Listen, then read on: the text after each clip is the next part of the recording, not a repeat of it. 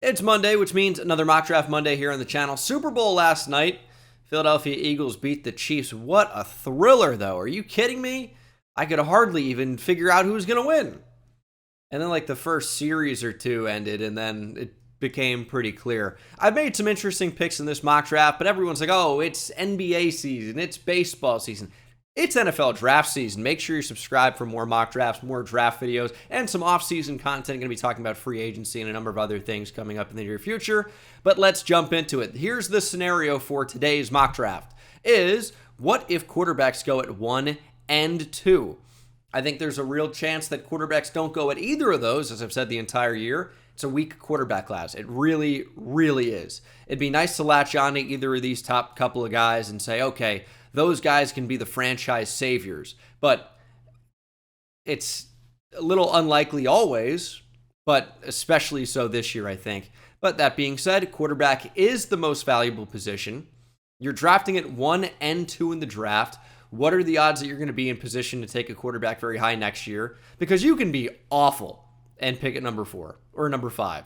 And the first 2 or 3 really good quarterbacks could be off the board at that point. So a lot of teams in these positions will just take quarterback, and I think that's a decent chance there for Tennessee. They're at number 1 overall. Will Levis probably isn't the guy. Quarterback could be in play. The upside of Cam Ward could be tantalizing for the Tennessee Titans. It's a lot of T's. And I think for the Browns as well, it's tough to find a quarterback in this class that is better for the Browns. Kevin Stefanski, some playmakers on offense, then Shedeur Sanders. I think he can run the offense, does hold on to the ball a little bit more, than you'd want him to in terms of actual length from the snap. But you'd think he'd be able to get things on time with an actual competent offensive line, which for the most part you do have in Cleveland. You're losing Jedrick Wills to free agency probably, but Deshaun Watson's not the guy. He's redacted at quarterback, is not the guy. And Shedeur Sanders is accurate above everything else. He is the most accurate quarterback in this draft. There's value there, and I think for the Browns and Kevin Stefanski, it's actually a pretty good fit. Now, unfortunately, the Giants here are a team that desperately need a quarterback, and there's not one to get. So how do you pivot? Travis Hunter? Abdul Carter? Something else? I think it would be Travis Hunter in this scenario. The Giants desperately need help at corner. Travis Hunter jumps in as a CB1 type player, but they also need help at receiver. Best of both worlds. Travis Hunter, as I've said, I think will play about 15 snaps a game offensively. Some people think he should be a primary wide receiver and then moonlight on defense, like Daniel Jeremiah said, although I just feel like his best role is as a true boundary corner that impacts the game offensively. It's easier for me to see a role carved out on offense for a rotational guy like Travis Hunter would seem to be if he's playing defense mainly full-time. It's a lot tougher to say, hey, go in there and what would his role be on defense? I don't know. I mean, obviously be a boundary corner, but he's just going to come in when? When do you decide? I don't know. Seems easier just to say, hey, this guy's a corner and a great one, and then can make an impact on offense when we need him to, and maybe in the return game as well. Just that dynamic of a player. Such a good athlete, but his ball skills, I think, are his claim to fame as a football player outside of his athleticism. And you can very easily see a role for him on offense in the red zone, for example. But he is the pick here at number 3 of the Giants. Just go best player available. And for the Giants, that would be Travis Hunter. You can make a really good argument for Abdul Carter being the best player available at really any of these first 3 spots. But teams that need quarterback took quarterback, and there's just not a third one to take here. Don't tell me Jackson Dart at 3. I don't believe it. But at number 4, I think the Patriots would be pretty happy. Yes, they have big needs on the offensive line. You can address those in round 2. Right now, your roster is in such a bad spot. I think you just go best player available, and that is so clearly Abdul Carter. And early in the year when I had Carter to the Patriots, I got a little bit of pushback on this because, we don't need a pass rusher here. We need to protect Drake May, and you do need to protect Drake May. It might be done through free agency, where you can spend money prior to the NFL draft and protect Drake May that way, and just go BPA. And I think that's going to be the way to do it. If you look at the Patriots depth chart currently, they don't have anything on the edge, really. They have Keon White, even though they misused him pretty much the entire year. They no longer have Josh Uche or Matthew Judon. What can you really bank on in the front seven here for the Patriots? Not much. You need to improve that pass rush. Yes, protecting Drake May and getting him weapons is going to be extremely important, but also you got to build up the rest of your team too. Carter is clearly the best player available here. I mean, you can make an argument for Mason Graham, but I think the Patriots would certainly lean Carter and Genty, of course, in that conversation. You're not taking a running back at 4 if you're the Patriots. I would certainly not think so. So Carter just very clearly makes the most sense. I'll tell you, this is one of my favorite reasons I like doing mock drafts. I know some people say, oh, this another mock draft. Oh, does it defeat the purpose when you do so many of these? I think things do change on a week-to-week basis, and sometimes even more often than that. Sometimes they don't, but the whole point of a mock draft to me is it's a thought experiment, right? It isn't, as much as it is predicting where these players are going to go, they're not set in stone. So much is going to change between now and late April. But to me, there are so many different ways it could play out, and it's such a butterfly effect. One thing, it's a domino effect, but also the movie. One thing goes one way, and it changes everything, right? So if Abdul Carter goes at 1, would the Browns, then take Cam Ward, and then maybe the Giants get Shedeur Sanders, or maybe it's the other way around. There are a ton of different ways this could go, and here for the Jags at 5, I've typically been Mason Graham or Will Johnson, one of the Michigan men. However, I also think there's a real scenario with new head coach Liam Cohen coming in and him wanting to build around Trevor Lawrence. He's an offensive-minded guy, of course. What's stopping him from taking arguably the best receiver in the draft and trying to get his own Mike Evans type of a player? Not that, Teteroa McMillan is Mike Evans, but same big-bodied receiver. You could imagine him playing the same role in the Bucs offense here in the Jags offense that Mike Evans did. So I would say that Teteroa McMillan is very much in play for an offensive-minded head coach to build around Trevor Lawrence. And it's easy to point to that offense and say, oh, they have some playmakers, but that defense is so bad. And it is. It's a really strong defensive class, less strong offensively. So if you have a chance to get a really good offensive player, maybe you just go ahead and pull the trigger. I'm not moved by Gabe Davis, healthy or not. You look at the Jags receivers, and they've got some recognizable names. I don't think anyone quite like Teteroa McMillan, and I like Brian Thomas Jr. a lot. I think that's a wide receiver 1 type guy, but bring in Teteroa McMillan to this offense, and now you have 2 guys that are not only tough to cover, Thomas more so than McMillan, but great size, tough to match up in the secondary against those guys, especially when you factor in the speed, field stretching ability of Brian Thomas Jr. Now you can bring in a chain mover who's good after the catch in Teteroa McMillan. I think there's certainly a value there to get actual really talented receivers rather than just guys who are good enough. I hate to say it because of the contract they gave him, but Gabe Davis to me is not really an every down type of player. He is a deep threat, and that's great. He was productive in Buffalo. It doesn't exactly have the best hands, doesn't exactly have the best ability to get open, but he's a good field stretching option. Don't let the sins of the past regime impact the future. Oh, we have Gabe Davis. I guess there's no reason to take Teteroa McMillan. No! Take Teteroa McMillan. Get rid of Gabe Davis or have him, play that small, deep threat role. He can be the Troy Franklin of this Jags team, whatever.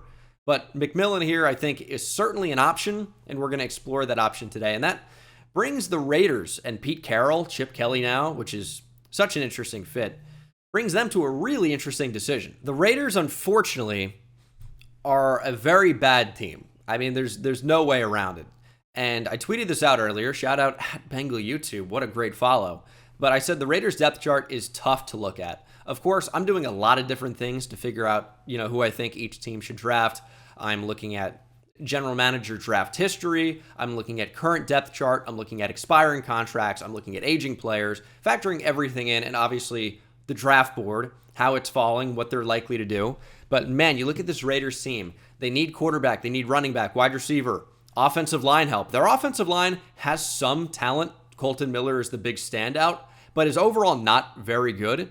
They need help off the edge, unless you can really develop Tyree Wilson. But there are also thoughts that Max Crosby may not be there long term. They need help on the interior, even after signing Christian Wilkins. I don't know why there's some misconception.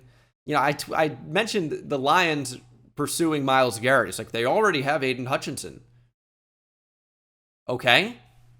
Are we not realizing how many players play on the field at one time? You only need one edge rusher, only one corner, only one interior defensive lineman. What are we doing? It's bizarre. I've seen that comment like so often. Why we don't need him? We have already a good player at that position. It's like, well, there are more, and there are injuries happen, and there's a rotation. You need a lot. You need so much, but the Raiders are just so bad almost everywhere. It's really an interesting choice to come out of retirement for Pete Carroll to coach the Raiders without a quarterback, without any good running back, really without much at wide receiver. You've got a great tight end in Brock Bowers. The offensive line's, again, pretty good, could be better overall. You're hoping Jackson Powers-Johnson develops, Andre James, but that defense is so bad. And I think for that reason, in a great running back class, maybe you don't go Genti here at 6, even though I very much think it's an option. I think you might lean Mason Graham or Will Johnson. And maybe this is an easy cop-out, but I think about the way, Pete Carroll has built defenses in the past, or what's been successful. He's a defensive back, himself. Pete Carroll might lean for the great defensive back over the great interior defensive lineman. You look at corner, especially in the boundary, it's very bad for the Raiders. I think Will Johnson does make sense at this pick. I think Mason Graham is obviously a really good choice as well. I think the wild card might be Will Campbell to play either right tackle or guard for you. I think that's an option. But Will Johnson here does make sense. Big-bodied corner. I think he's going to test fairly well, although there are questions about that right now. We'll see if he gets in the 4.4s or not if he decides to run. But playmaker, ball hawk. I love what Will Johnson brings to the table. I think he's going to be a good fit for Pete Carroll there with this Las Vegas Raiders team. Leaving the Jets, a fairly easy decision at 7, in my opinion. I think it would be Mason Graham here. And I kind of wanted to experiment with the idea of Tyler Warren going high in the draft. It's like, what happens if he goes way earlier than the Colts, who I have him falling to 14 like every time. But then with Mason Graham available, clearly best player available here for the Jets, he's just got to be the pick.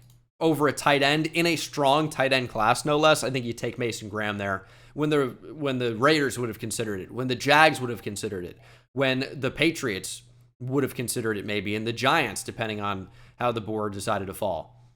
So, I don't know. He goes at number 7. Panthers at number 8. I'm very often Jalen Walker here, and I think it's a great fit. I think a lot of people who don't really know about college football or these draft prospects, they see Pro Football Focus having Jalen Walker ranked at 52, and they go, oh, I guess that's just how good he is, right? Teams don't necessarily draft off of the PFF big board. I think that you talk to a lot of different people, and you watch Jalen Walker. It's pretty commonly agreed upon that he's near a top 10 player in this draft and one of the few first-round talents in this draft. Jalen Walker is going to end up being a high pick. I had someone in my comment section in the last draft say it was a complete waste of time to watch this because I had the Panthers taking a borderline third-round pick, which was Jalen Walker. And he clearly doesn't know who Jalen Walker is, but he sees the number and decides that about the player. And that doesn't mean that Jalen Walker is going to be an all-pro, but he's going to go high in the draft. That's a foregone conclusion, I would say, at this point. So if you're watching this, you're going to feel pretty silly on draft night when Jalen Walker is announced in the first round, unless something catastrophic happens, which is not uncommon, I guess, for Georgia Bulldogs. Anyway, at number 8, I will be going with a Georgia Bulldog, but a more true edge rusher in this draft, and that's Mykel Williams. We'll talk a bit about Jalen Walker in a minute. I will have him coming off the board fairly soon. Mykel Williams is someone that came into the season with a ton of hype and didn't really live up to it because he was playing hurt, playing injured. And that obviously is a challenge for any player to put up big-time numbers and meet your big-time otherworldly potential when you're playing hurt. And you look at the Panthers here, no longer have Brian Burns. They've been struggling defensively in a huge way. I think you need to go out and take a really good defensive player in a great defensive class. But for a team that's really not very good, you can afford to take a chance on a high upside player, and that is Mykel Williams. He is like the Trayvon Walker of this year. Both Georgia, both super long arms, 6'5", 265, good movement skills, still developing as a pass rusher, but the upside is enormous with Mykel Williams. I do think he ends up going very solidly inside the top 15, and top 10 would not be shocking at all. Saints at number 9 has been a common spot for me for Mykel Williams before, but I also think there's a chance they just say, hey, we want the best player available. And Ashton Jeanty does make a ton of sense to me. I've had him here before. I think he's just arguably the best player available. Alvin Kamara is 30 plus now. He's under contract only through 2026. So you have 2 more years of Alvin Kamara, who's already a 30-year-old running back. Jeanty, very much in play. I also think Will Campbell's in play. He's going to be my pick here at number 9. They're going to keep him in the boot. He's just arguably the best player at this spot. He has a chance to stick a tackle, but I think he's got a really good long-term home at guard. It'll really, I guess, depend on which team drafts him, whether they want to try him at tackle or move him inside to guard. Just shorter arms makes him probably more suited to play guard. And he should be a very, very good guard. But I also think there's a chance he can stick a tackle. He's just really solid there. As I've mentioned, struggles a bit with the speed rush, and I think that might be compounded at the NFL level. But for this Saints team, your offensive line's not terrible, but they really haven't been able to play well as a unit, unfortunately, over these past few years. It was certainly awful in 2023, but I think it got a little bit better in 2024. So you could opt to not go offensive line, but you also could opt to protect whoever your future franchise quarterback ends up being. I think we know it's not going to be Derek Carr. I think the Saints really like Spencer Rattler. We'll see if that ends up being the case here after 2025. But either way, if you want to see Rattler develop and be your starting quarterback, you need to protect him. And if you want to eventually be bad and draft a starting quarterback, you're going to want to have pieces in place to protect him so he's able to develop. So Will Campbell does make sense to me. And so does Ashton Jeanty at number 10. New head coach of the Bears, of course, coming over from the Lions, Ben Johnson, knows a thing or two about good running back play with the two-headed beast that was David Montgomery and Jahmyr Gibbs. Jeanty is a nice combination of thunder and lightning. He does have good speed. He does have decent power, but his best attribute as a back is his contact balance, his ability to bounce off tackles. He's an incredible runner. And I know you need to protect Caleb Williams. I certainly get that. But Jeanty, again, seems to be clearly the best player available for the Bears here. You're reaching on a tackle or guard, and I think the value for the Bears with multiple first-round pick or second-round picks, I think at 39 and 41 or something close, maybe 41 and 43, there are going to be some very good names that get to that spot. Whether it's a Gray Zabel or Josh Connerly. I think Kelvin Banks actually is, he's got a chance to fall out of the first round. Same thing with Josh Simmons due to injury, but probably not. I doubt Tyler Booker gets there at this point, but Ariante Ursery, Donovan Jackson, Cam Williams, Wyatt Milam, Jonasova Inaya, Marcus Bowe. All of these guys are great options to get to, any of your 2 second-round picks. I think for the Bears, best player available, especially in that Ben Johnson offense, man, Jeanty just seems like a home run type pick for them there. As we get to the 49ers at 11, it's a big riser. It's a big name. I've been pushing it for a while now. I'm going with Texas A&M's Shamar Stewart. Tore up the Senior Bowl. Actually, fun fact about Shamar Stewart, because you can go back, you can look at his stats and say, only 4.5 sacks. I guess he's not a very good pass rusher. He actually has the quickest time to pressure, first pressure, in college football. So that's pretty impressive. But yeah, you're talking about finishing those plays. And it's so easy to point to lack of production and say, well, they're not going to be very good. But you can point to lack of production for Micah Parsons. And he already in one season in the NFL had more sacks than he did it as a career at Penn State. And yes, he was playing off ball for some of those times, but there's always something you can point to about why a player is not productive, but why they can profile to be productive in the at the next level. Trayvon Walker was not entirely productive at Georgia because of the roles he was playing, because of the players around him. Yet goes to the NFL, back-to-back double-digit sack seasons. Sacks are not the end-all, be-all. It's what you do to contribute to pressuring the quarterback, forcing him to make mistakes, or getting him on the ground. Obviously, you want to finish plays. I'm not saying sacks are not important. They are. They're drive killers, truly. But if you can force, a double team, free up a teammate like Nick Bosa in a one-on-one, or if you can get to the quarterback, force him out of the pocket, he makes a mistake, interception. Saw it last night in Eagles-Chiefs. Josh Sweat pushed the pocket back. To be fair, Joe Thuney's playing left tackle. He is a guard. It got exposed. They could only make that work for so long. And Sweat pushed Thuney into Patrick Mahomes' lap. He threw a bad interception. Pressure makes diamonds, but it also forces quarterbacks to make turnover-worthy plays. Shamar Stewart can do that. He was not entirely productive at A&M. I don't care. Neither do NFL teams. They draft off traits, and someone that's 285 pounds or 281 at the Senior Bowl at just under 6'6", with his freak movement skills and ability to play at multiple different alignments on the defensive line is incredibly valuable. And for a team that needs help on multiple spots of the defensive line, Shamar Stewart, I think, makes a ton of sense for this 49ers team. And now I'm going to do something that's a little weird, but I like here for the Cowboys. And I hate the Cowboys. I think this is a good fit. I'm going to get pushback on this. I'm going to live with it. I'll be okay.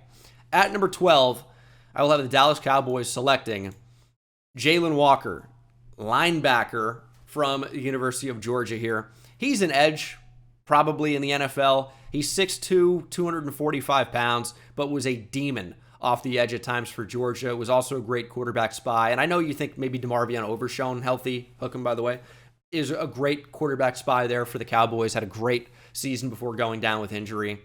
Jalen Walker, I think you can look at him and that's not to say that he's Micah Parsons, but you could look at him and see similar traits, similar reasons that the Cowboys liked Micah Parsons. I think they'll like about Jalen Walker. He is a freak athlete, built similarly to Micah Parsons. And I also think there is a scenario, unfortunately, where the Cowboys, or unfortunately for them, enter a rebuild, don't extend Micah Parsons long-term, get a haul back for him, and then Jalen Walker is your replacement. I think that is a scenario. I think the Cowboys would be brain dead to do that. I do think Micah Parsons will be a Cowboy for a long time. But, the Cowboys were asked about it and basically said exactly what I just said, is that, hey, I'm going to skip to the end first and then give you the rest. But we think Micah Parsons will be wearing a star on his helmet for the rest of his career, essentially. But to paraphrase, there is essentially a scenario where the Cowboys enter a rebuild, don't extend Micah, get picks back for him. Jalen Walker could be a suitable replacement. But more likely, you just still need to improve your pass rush anyway. And I think if you think one Micah Parsons is great, best case scenario with Jalen Walker, you've kind of got two running around, and I don't think he's going to be Micah Parsons. I don't think he's going to be to that level. It's just such a high, unbelievably lofty expectation. But Walker could be someone that can impact the game as a pass rusher and potentially off the ball as well. But you need to improve that pass rush.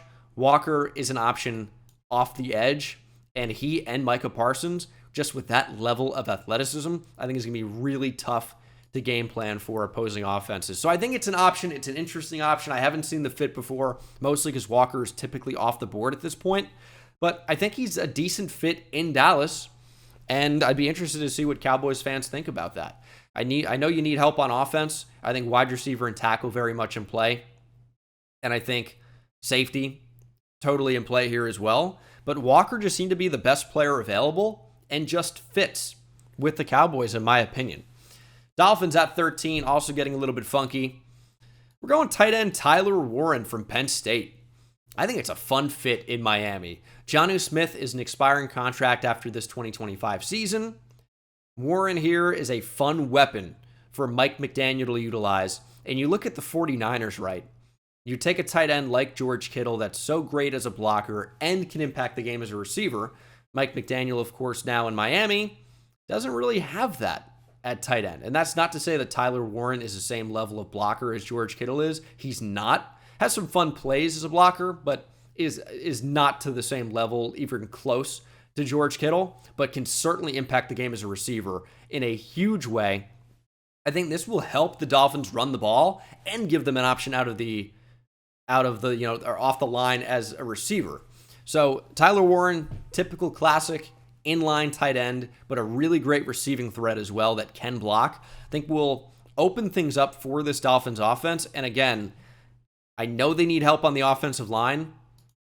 I also think that can be done down the board or through free agency. You don't necessarily need to do it here at 13 when a guy like Tyler Warren's available. Counter to that is it's a good tight end class. You could do that in round 2 or round 3 and take offensive line here. There are some decent ones available. Only Will Campbell off the board. You could go a number of different directions, but I wanted to mix it up today and think about, hey, what if Tyler Warren goes ahead of the Indianapolis Colts? I think Miami is a fit. Colts at 14, run up to the podium, select Malachi Starks.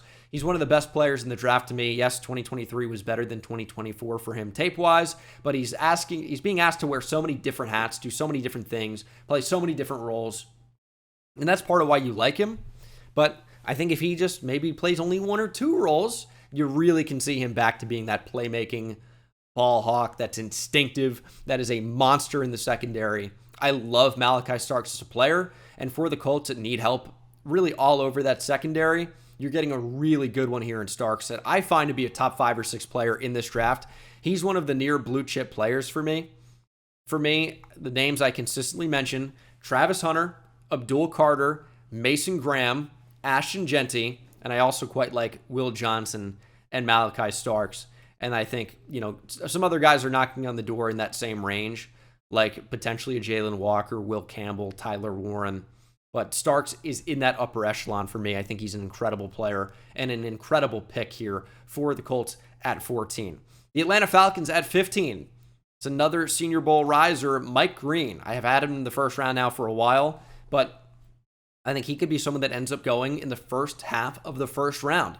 He came in at the Senior Bowl, 251 pounds, shorter arms, but that's not really the way he wins as a pass rusher. He's got incredible speed and explosiveness off the line, has great hands, plays with great leverage. He's good in the run game, especially for someone that really was only probably playing around 240, or maybe even slightly less than that. Comes to the Senior Bowl, does really well in the one-on-ones.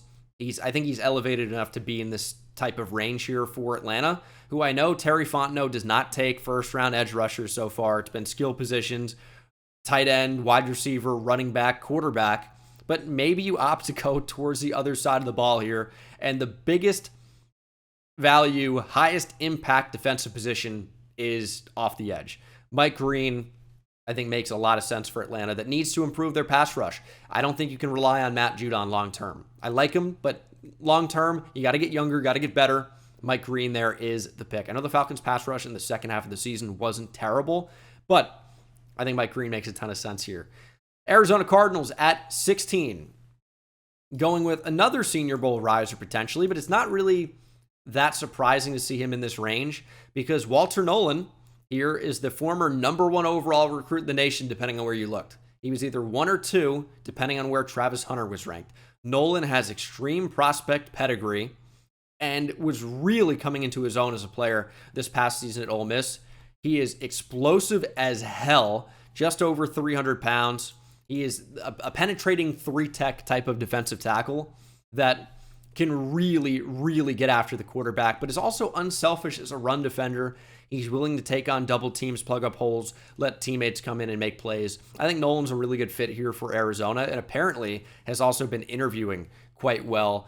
Teams seem to be really liking him. As a report I saw, I'm not sure about the credibility of that, but it was a report. Either way, though, great player. Upside is super high. Sky's the limit with Walter Nolan. I've said that for a while now. He's got some of the highest upside of anybody in this draft at a really important position, interior defensive line. Guys that can rush the QB from those spots, 3-tech, 1-tech. I mean, even if you're going to find a nose that can do it, great. But typically you're not going to ask that of them. But T'Vondre Sweat, potentially. Anyway, extremely valuable to find one of those interior guys that can get after the QB. Nolan is one of those guys. And the Cardinals' defensive line, all over the place, needs upgrades. At number 17, another team that needs upgrades on the defensive line, it's the Cincinnati Bengals. And we're going to keep James Pierce in orange. Going from the Vols to the Bengals. Pierce, I think, is kind of being underappreciated in this class. He's higher on the PFF board than it seems like other people seem to have him. You know, guys like Lance Zierlein and Daniel Jeremiah, not really sure if he's going to be drafted in the top 20 picks or top 25 picks even, or maybe if he'll even be a first rounder. I love James Pierce. I see someone with the frame to add more weight, 6'5", 245.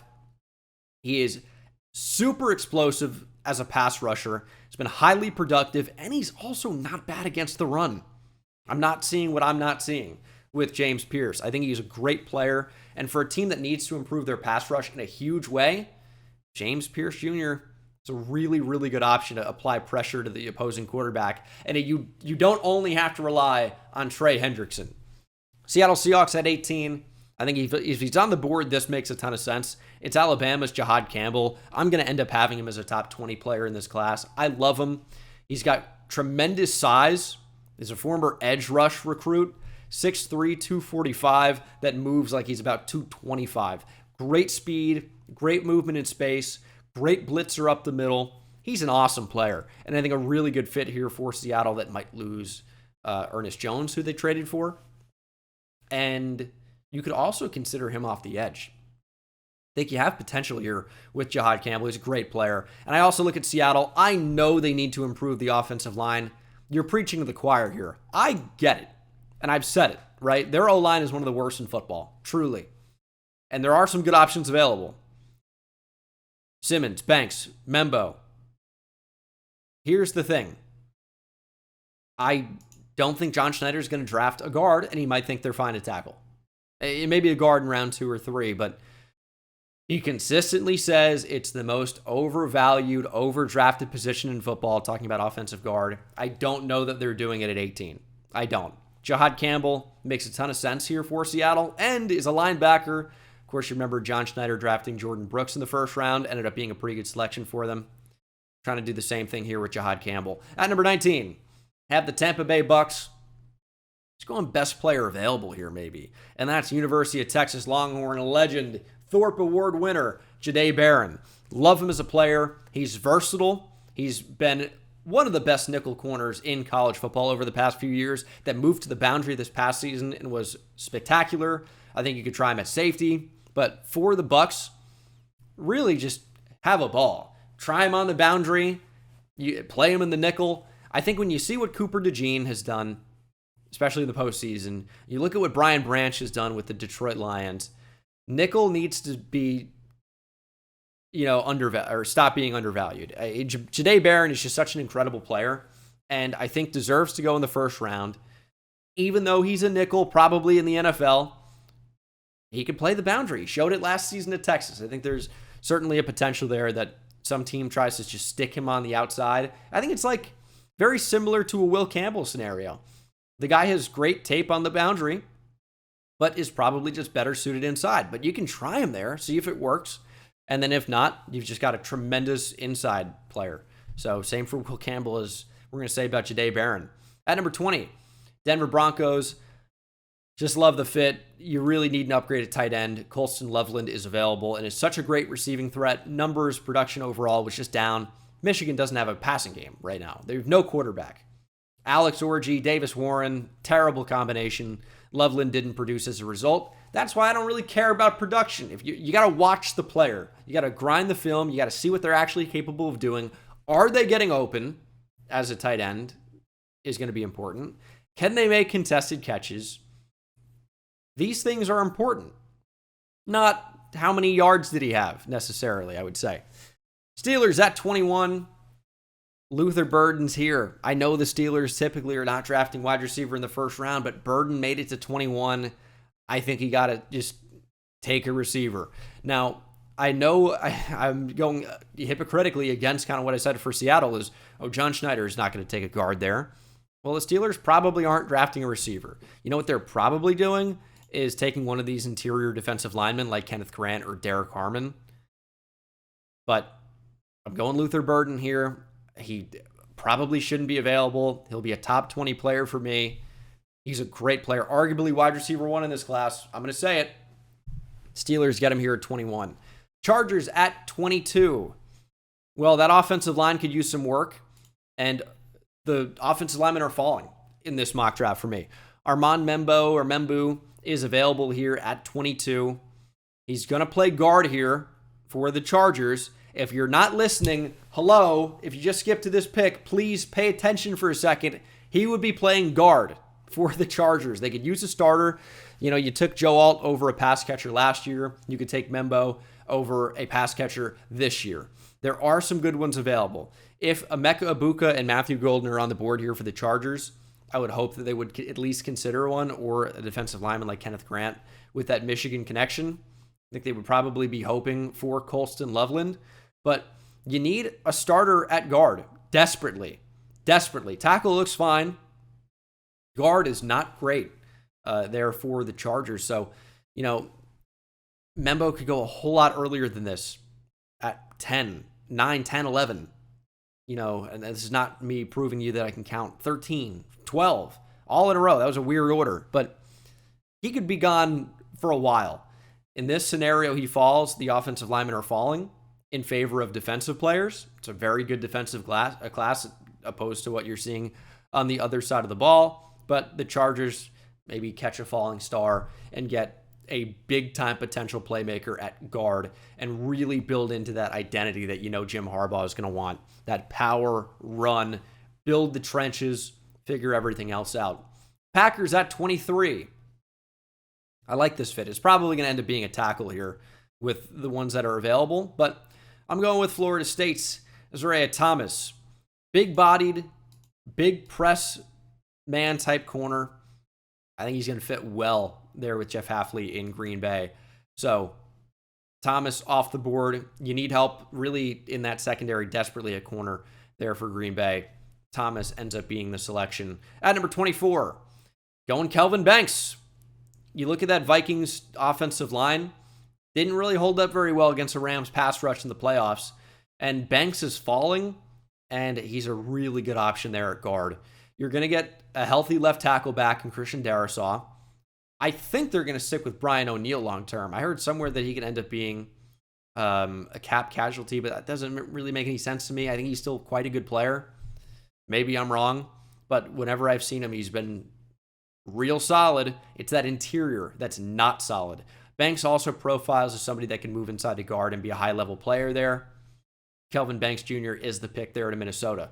And I think the Texans would be a little bit upset about that, because Banks, keep him in state, would be a great option to protect C.J. Stroud, but maybe help C.J. Stroud in another way and get his former standout receiver to join him with the Texans. Ibuka and Stroud reunite. You look at the Texans, had a lot of injuries at wide receiver, losing Stephon Diggs to free agency. I think Ibuka just makes a ton of sense to go along with Nico Collins in there, and I guess John Mechie is your wide receiver 3. For the Rams, you're loving the offensive line fall because you need one. Simmons had great tape before going down with injury, was really impressed by him, and he falls because of a huge injury. I think torn ACL early in the year, but falls to 26 because of that and ends up being a really solid selection probably. He could have been really in play to be the first tackle off the board. Goes here at 26 instead. Ravens at 27. I think for the same reasons they like Nate Wiggins, they're going to like Savone Revel. Savone Revel is a really, really talented player. Great size, excellent speed.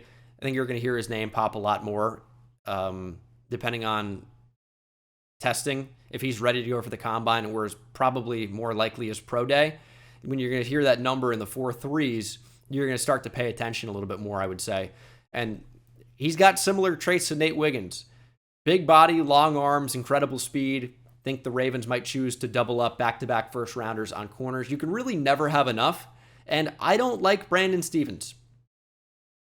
Not personally, but you're as a player. It's a good thing to remember. You're only as good as your third corner. I think it's a great quote, and you could even bring that down to 4. Always a rotation, always injuries. Revel ends up being a really great pickup there at 27. At number 28, the Detroit Lions. I'm going Donovan Ezeraku. I think he's a name that could sneak into the first round. He's a little short, but he does have super long arms. Good size overall. And this Lions team really needs to improve their pass rush. If I'm the Lions, I'm trading at least 28 to go out and get Myles Garrett. I think the Eagles should definitely make that call as well. But if they can't, Ezeraku off the edge is a decent option. It was highly productive. And again, long arms, profiles, someone that can be productive in the NFL. At number 29, going to give the Commanders and quarterback standout Jaden Daniels a weapon in Matthew Golden out of Texas. Hook 'em horns. Would hate to see him end up on the Commanders, but I think he can be highly productive here. He knows how to get open. He doesn't drop the football. He's such a talented player. I love Matthew Golden. I think Commanders fans will love him as well. At number 30, the Buffalo Bills. I'm going with Kenneth Grant on the interior. He's got a high upside. I think if you look at the Bills, they could certainly use somebody next to Ed Oliver long term, and it's tough to find someone bigger than Kenneth Grant at close to 340 pounds with good movement skills. Once he gets going, he's moving. Now, as someone who's 340 pounds, it can be a little bit tough for him to get going at times and can get lost also on the defensive line at times, but he's got a lot to like. High upside, would be a good fit there in Buffalo. I know they need pass catchers, but with Golden, Ibuka off the board, I think probably they wait or try to bring one in through free agency or something. Chiefs at 31. Chiefs fans kept hating on it. You're getting a tackle. I think if you couldn't tell last night watching the Eagles-Chiefs Super Bowl that you need a tackle, I don't know what to tell you. You need a tackle. You had Joe Tooney kicked out from guard trying to play tackle. It worked as long as it could, and then it didn't. Josh Connerly, overall, is a great option here. He had a really good season at Oregon. He had a mostly great Senior Bowl. He was awesome. Everyone said he was the best tackle there in terms of like the opposing defensive lineman. He had one rep where he was obliterated by Mike Green, who got, a bull rush in one-on-ones. But either way, Connerly has great potential here to be a starter. And I know what Chiefs fans are going to say, because I saw it last night on Twitter. We can't develop tackle. Why would we take... You haven't drafted a first-round tackle since 2013, over a decade ago. So I don't know if you can't draft tackle more that you haven't invested a really high pick in one since Eric Fisher in 2013. Protect Patrick Mahomes. That's got to be a priority. Got to be a priority. The Chiefs, again, they did enough to win games the entire regular season and throughout the postseason. The offense was never explosive. They never had time to make it explosive. Connerly helps you give Mahomes time to bring that offense back to the Chiefs offense that we remember. And then that's going to round things out with the Eagles at 32, winning the Super Bowl. We know Howie Roseman loves to build through the trenches, and Derek Harmon maybe should not be here. Harmon is an awesome option. He's going to replace Milton Williams. You look at the Eagles, could be an edge rusher at this spot. You know, you're maybe losing Brandon Graham, Josh Sweat, and Milton Williams. Something on the defensive line I think makes a ton of sense. Enter Derek Harmon, was super productive. I think most pressures of any interior defensive lineman in college football this past season, at least like FBS level, or at least Power 4, I should say. Derek Harmon, beast of a player, back-to-back Oregon to end this first round. It's a weird first round because it's some unusual team-to-player connections, but I like the fits here for a lot. I'm sure you guys are going to let me know what you think down in the comments section below, and I will see you in the next one. Take it easy.